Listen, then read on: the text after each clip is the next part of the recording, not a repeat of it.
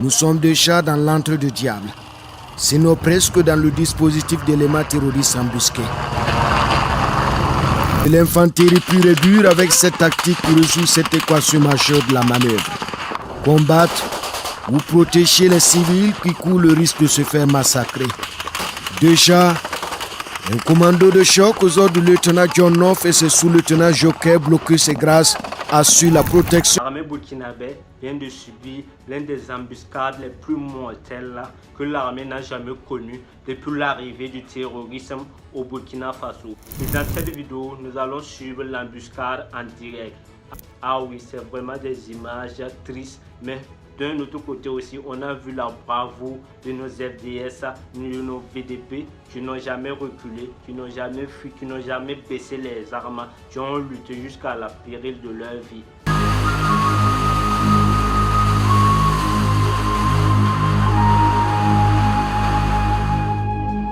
Après quelques jours d'escale pour des travaux de fortification, les unités amorcent le retour. Le tronçon choisi est surnommé le couloir de la mort. En 2019, un convoi y a été attaqué et depuis lors, aucune unité de l'armée ne l'a emprunté. Alors il faut craindre une embuscade et les engins explosifs improvisés. Quelques kilomètres et déjà le convoi bute sur ses premiers obstacles. La voie est réparée pour la suite mais rien ne rassure. Le blindé de tête vient de sauter sur une mine. Nous étions juste à quelques mètres. Le chef de bord sort d'un voile de poussière. Le sergent Nolan est indemne. L'équipage a de la veine. Tous les éléments sont en vie.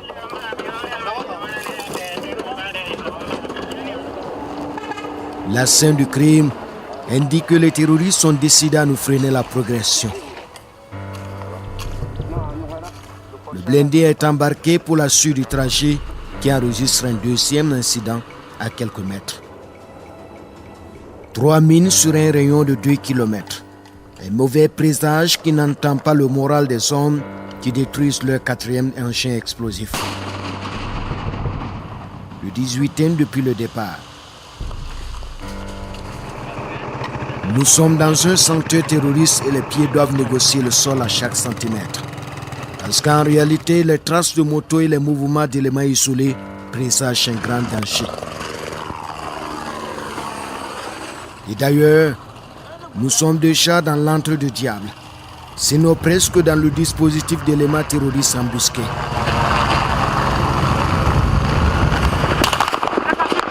À moins de 100 mètres de nous.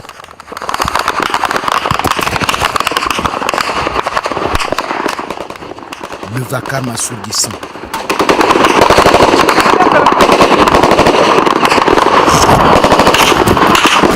Impossible de savoir ce qui se passe sous ce ciel orageux. Roquettes et fusils mitrailleurs. Les salves viennent de partout et l'ennemi est invisible, caché dans la forêt. Percuteurs et son mortier agissent. La moto, une serre d'appui est déjà criblée à son réservoir. Sans doute l'œuvre d'un sniper. Et nous voici coincés entre les rafales.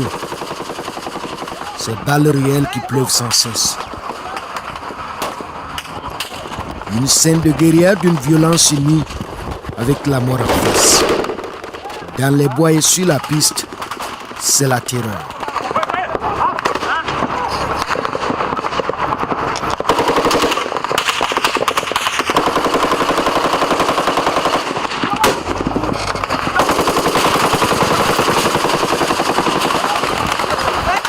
Le sous-lieutenant Logan et son chef de section Faucon coordonnent la riposte au sol. La bataille prend forme avec le commando d'appui qui manœuvre en blindé.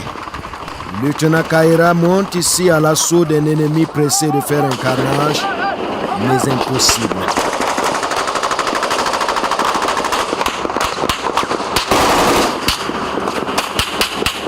Une partie des fantassins prend le risque d'une diversion. C'est de l'infanterie pure et dure avec cette tactique qui résout cette équation majeure de la manœuvre. Combattre ou protéger les civils qui courent le risque de se faire massacrer. Déjà, un commando de choc aux ordres du lieutenant John North et ses sous-lieutenants Joker Blocus et Grace assure la protection des civils à l'arrière du convoi. Nous sommes au cœur d'une embuscade complexe. L'ennemi tire à l'aveugle. Caméra au point. Nous vivons l'instant qui peut être fatal. Ces images sont pour l'histoire. Les éléments décident de nous exfiltrer de la zone des combats. L'Adjudant tourbillon du 5e BIR nous fait embarquer pendant que les combats montent en intensité.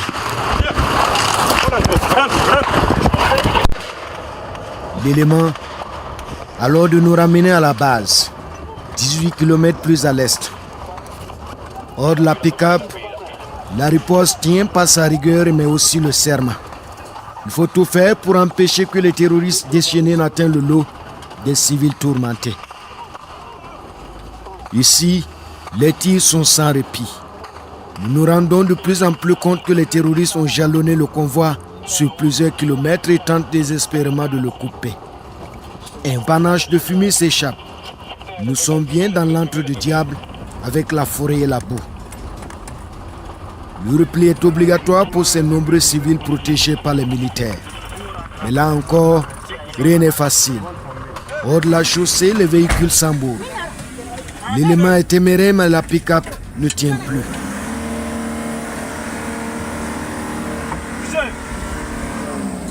Le véhicule vient de nous lâcher dans un bas-fond.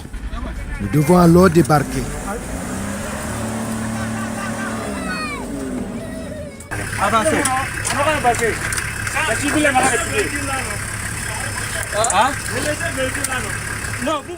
Ce groupe de combattants rassure les suppliciés affolés.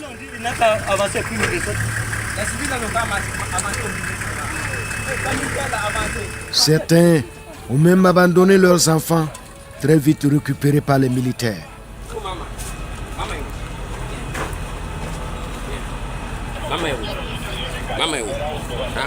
Maman, attends, faut t'arriver. Attends comme ça, ne sois pas fou. Viens.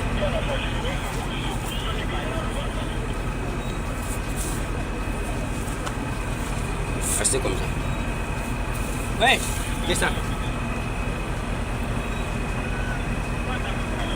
Venez. Venez comme ça. Venez. Ces guerriers sont décidés à appuyer la riposte qui dure depuis des heures au cœur de la jungle.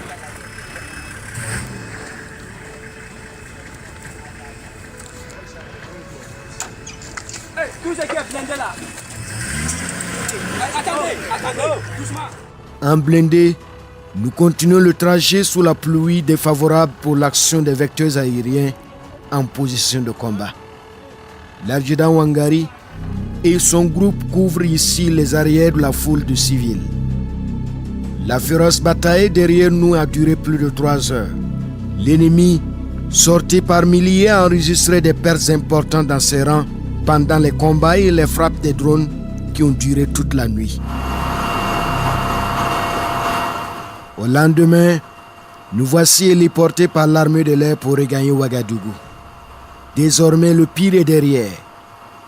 La plus complexe et violente embuscade de l'histoire du terrorisme au Burkina, avec une vingtaine de héros et quelques civils tombés et des dégâts matériels. Nous repartons alors avec un ressenti. La douleur du deuil, mais aussi avec l'espoir que nous venons de vivre sans doute les derniers soubresauts d'un ennemi en agonie. Dans cette jungle, à l'histoire glorieuse de Diaba Lompo, digne héritage qui, selon la légende, restera pour l'envahisseur une citadelle imprenable. Car l'armée est bien décidée à défendre les lieux et à mener sa guerre de haute intensité et à la gagner. Et bien évidemment, la bataille ne fait que commencer.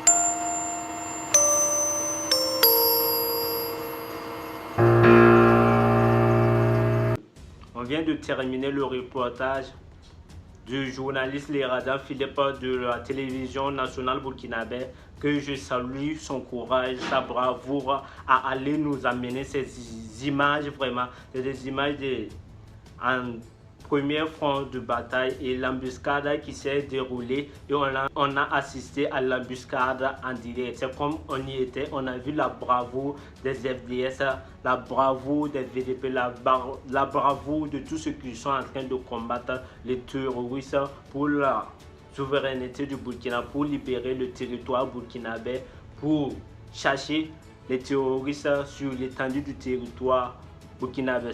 C'est vrai que c'est pas facile là, c'est dur, mais un jour on aura la liberté finale là, et on va gagner la guerre contre le terrorisme en Afrique ainsi que dans le monde entier, surtout au Burkina Faso ainsi que dans le monde entier. Et avant cette attaque, on avait vu des images de l'embuscade que les terroristes avaient publiées. On a vu les ennemis aussi du Burkina ainsi que les autres pays qui ont comploté pour cette embuscade là, vu qu'il y a des pays vraiment puissants, il y a des pays occidentaux qui coordonnent avec ces terroristes pour faire du mal à l'armée burkinabé, à la population burkinabé. On a vu des campagnes de désinformation, on avait vu des terroristes qui avaient publié ces images en disant que les soldats burkinabés ont fui, laissé leur pick-up, leur camion, et qu'il y a eu des milliers de morts au côté burkinabé. Mais cette vidéo vient de confirmer que les terroristes sont des menteurs, sont des manipulateurs.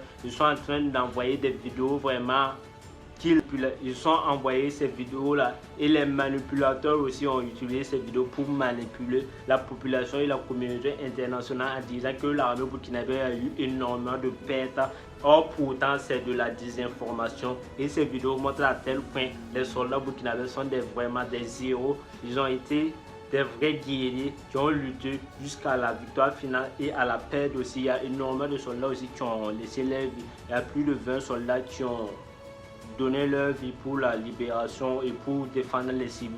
Vu que c'est un convoi de ravitaillement, un convoi de plus de 13 km, vous voyez que c'est vraiment un convoi énorme. Et dans le convoi, il y a énormément de civils qui étaient sur le combat, qui fouillaient la guerre dans certaines localités. Et il y a énormément de misère aussi, il y a des crises alimentaires de certaines localités qui n'arrivaient pas à avoir des aliments pour manger et le convoi était en train de ravitailler les différents villages et il y a d'autres personnes aussi qui ont profité du convoi pour se déplacer, pour se rendre en ville et partir dans d'autres localités aussi pour voir la famille et tout ça. Et la priorité de l'armée était de sécuriser les civils là qui étaient dans le convoi. Et dans la vidéo aussi, vous avez bel et bien remarqué, vous avez vu qu'ils ont sécurisé les civils là qui étaient vraiment devant en train de marcher. Il y a eu énormément de personnes qui étaient en train de marcher et les blindés étaient derrière maintenant pour les appuyer et laisser d'autres soldats maintenant dans les lignes de combat qui étaient en train de se battre férocement, guerrièrement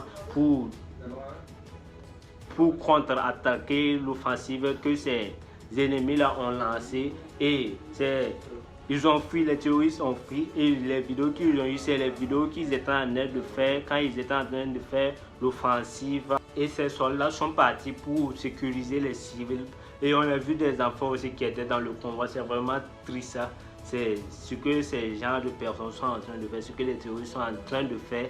Il y a des enfants dans le convoi et les enfants subissent les tirs et c'est vraiment leur choc, c'est des chocs pour eux mentalement, ça va beaucoup les traumatiser d'attendre des coups de fusil, d'armes lourdes comme ça, vraiment c'est chaud. Et on a vu que les parents même ont fui laisser les enfants parce que quand ça a commencé, on ne sait même pas. Et les tirs viennent d'où? Et les terroristes étaient embusqués dans la brousse. Ils ont encerclé le convoi maintenant. Et ça tirait de partout. On ne savait même pas où ils étaient. Donc les soldats aussi ont fait de leur mieux pour sécuriser les civils là. Et on a vu qu'ils se sont repliés. Il y a d'autres groupes qui se sont repliés pour sécuriser les civils. Et il y a d'autres groupes aussi qui sont partis en avant maintenant pour contrer l'embuscade. Et ils ont lutté férocement. Et le combat a duré plus de 8 heures et donc vous voyez que c'est une embuscade qui est vraiment importante. Ils ont élaboré l'embuscade vu que le convoi a fait plus de 45 jours. C'est un convoi de 45 jours, donc ils sont partis livrer les aliments, les marchandises aux populations qui n'arrivaient pas à avoir de la nourriture pour manger. Maintenant c'est à leur retour que ces personnes-là ont élaboré leur plan et en collaboration et puis avec le soutien d'autres gouvernements aussi, qui leur ont donné des informations sur l'itinéraire du convoi, et d'autres personnes, d'autres Burkinabés les traitent les ennemis du pays, les Burkinabés aussi qui ont contribué pour élaborer leur embuscade. Vu que les soldats ils ont changé d'itinéraire, ils n'ont pas utilisé les mêmes voies, les mêmes itinéraires qu'ils ont utilisés pour partir ravitailler le convoi, mais à leur retour ils ont changé d'itinéraire vu qu'ils savaient qu'ils allaient s'attendre à des embuscades, mais ce n'était pas des embuscades de la sorte. Vu que les terroristes étaient vraiment nombreux, c'est des milliers qui ont préparé cette embuscade pour tendre à les soldats, mais ils ont répondu farouchement. C'est des guerriers, c'est des heureux, ceux qui sont tombés. On les rend vraiment hommage et apaiser la cœur des familles. Et on a vu que les soldats burkinabés sont vraiment courageux. Ils ont lutté férocement pour repousser cette attaque terroriste.